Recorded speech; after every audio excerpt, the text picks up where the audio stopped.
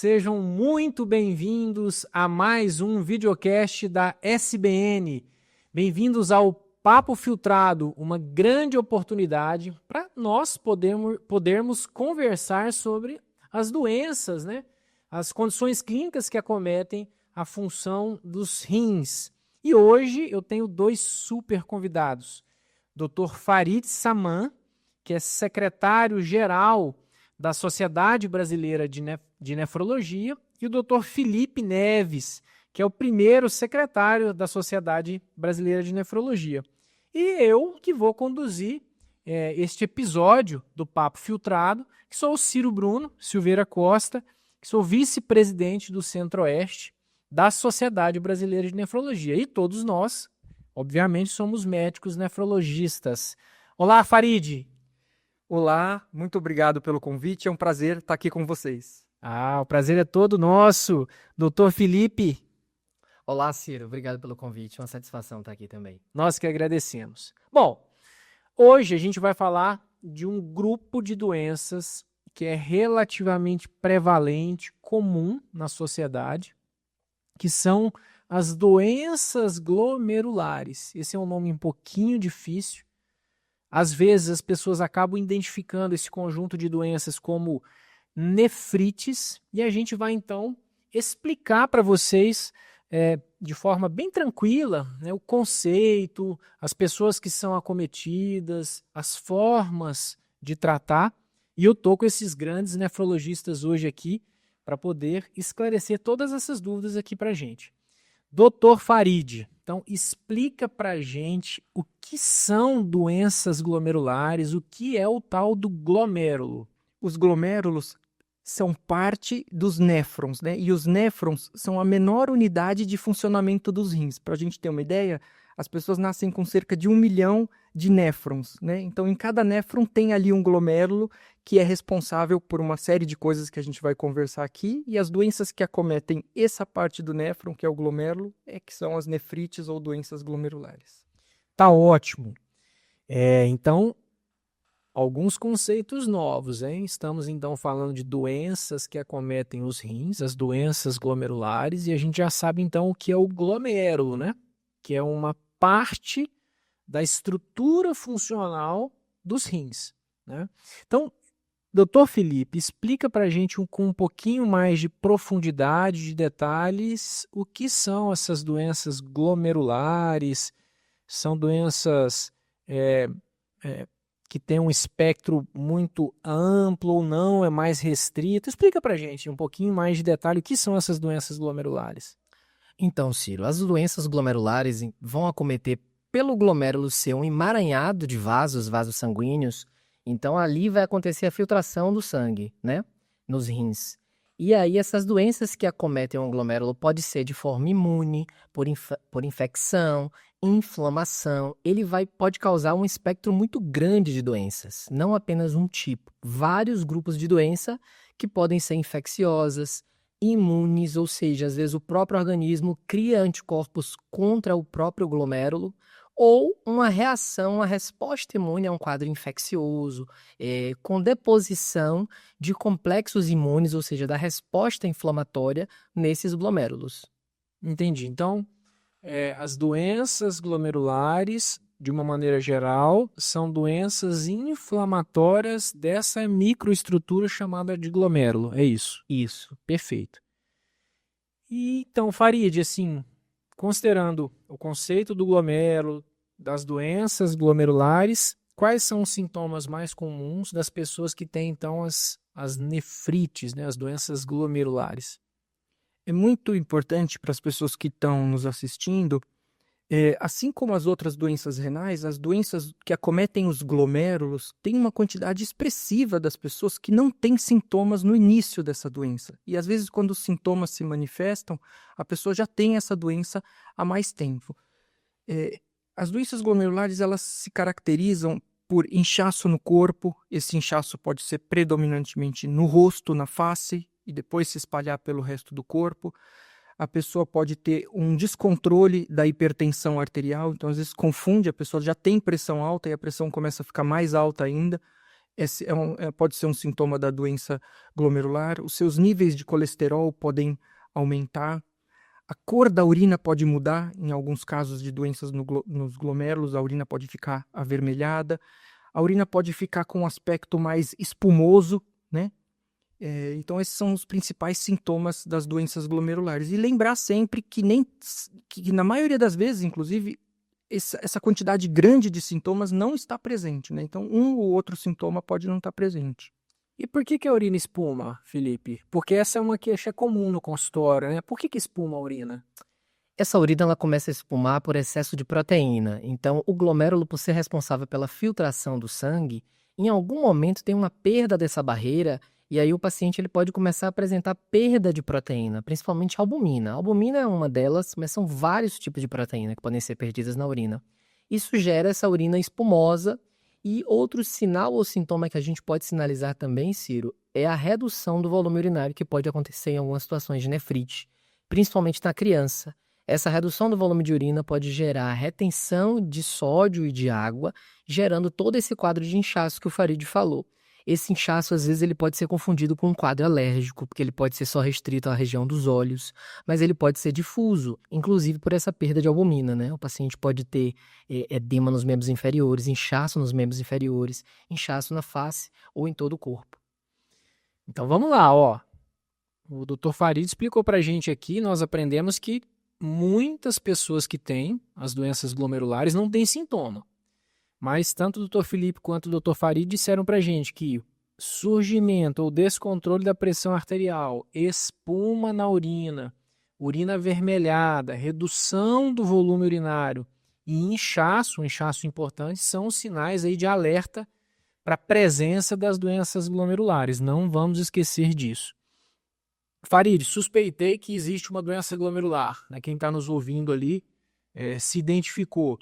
Existem exames assim relativamente simples que podem servir como triagem inicial para essa condição? Você poderia citar aí 2, 3? Sim, sem dúvida. É muito importante, como a gente já conversou aqui, as doenças glomerulares têm muitas causas, múltiplas causas, desde causas muito comuns como causas muito raras. Então é muito importante que na suspeita a pessoa seja encaminhada, seja avaliada por um nefrologista. Diferente de outras doenças menos comuns, que o médico que não é nefrologista pode muito bem fazer essa avaliação inicial, nas doenças glomerulares a gente recomenda fortemente que a primeira avaliação, desde a suspeita, seja feita pelo nefrologista. Ele vai avaliar a história como um todo, vai avaliar as probabilidades todas, né? Vai poder ver a pessoa como um todo, vai poder pensar, inclusive, nessas causas mais raras. E como você disse, realmente exames simples podem dar um direcionamento. Por exemplo, um exame de urina, já dá para ver isso. Alguns exames de sangue simples também, como a creatinina, que mede o funcionamento do rim, vai dar um direcionamento se aquela doença glomerular é muito urgente de ser tratada, precisa ter um tratamento mais agressivo, precisa fazer algum outro exame mais detalhado, além da creatinina e do exame de urina. Dentro do exame de urina tem a urina de amostra isolada, que dá uma pista, né, que é um potinho de urina que a pessoa faz um xixi ali na hora para a gente analisar. Tem aquela urina de 24 horas, que a pessoa fica coletando durante 24 horas toda a urina que o organismo produzir. Aí a gente tem uma ideia inicial. E a partir desses exames, o médico nefrologista pode decidir até fazer exames mais complicados, né? Perfeito. Então, olhem só que importante, né? O Dr. Farid explicou para a gente que na suspeita da doença glomerular, 2 exames que estão totalmente disponíveis, né, nas redes públicas e privadas de saúde podem ajudar em muito nessa triagem inicial, a dosagem da creatinina no sangue e o exame simples de urina, né? Bom, sabendo disso tudo, Felipe, quem pode ter doença glomerular? Criança, adulto, idoso ou todas as faixas etárias? Qualquer pessoa pode ter doença glomerular. A incidência ou a frequência, né, de doença glomerular ela vai variar e o tipo mais comum conforme a idade, mas desde crianças pequenas até idosos podem ter doenças glomerulares.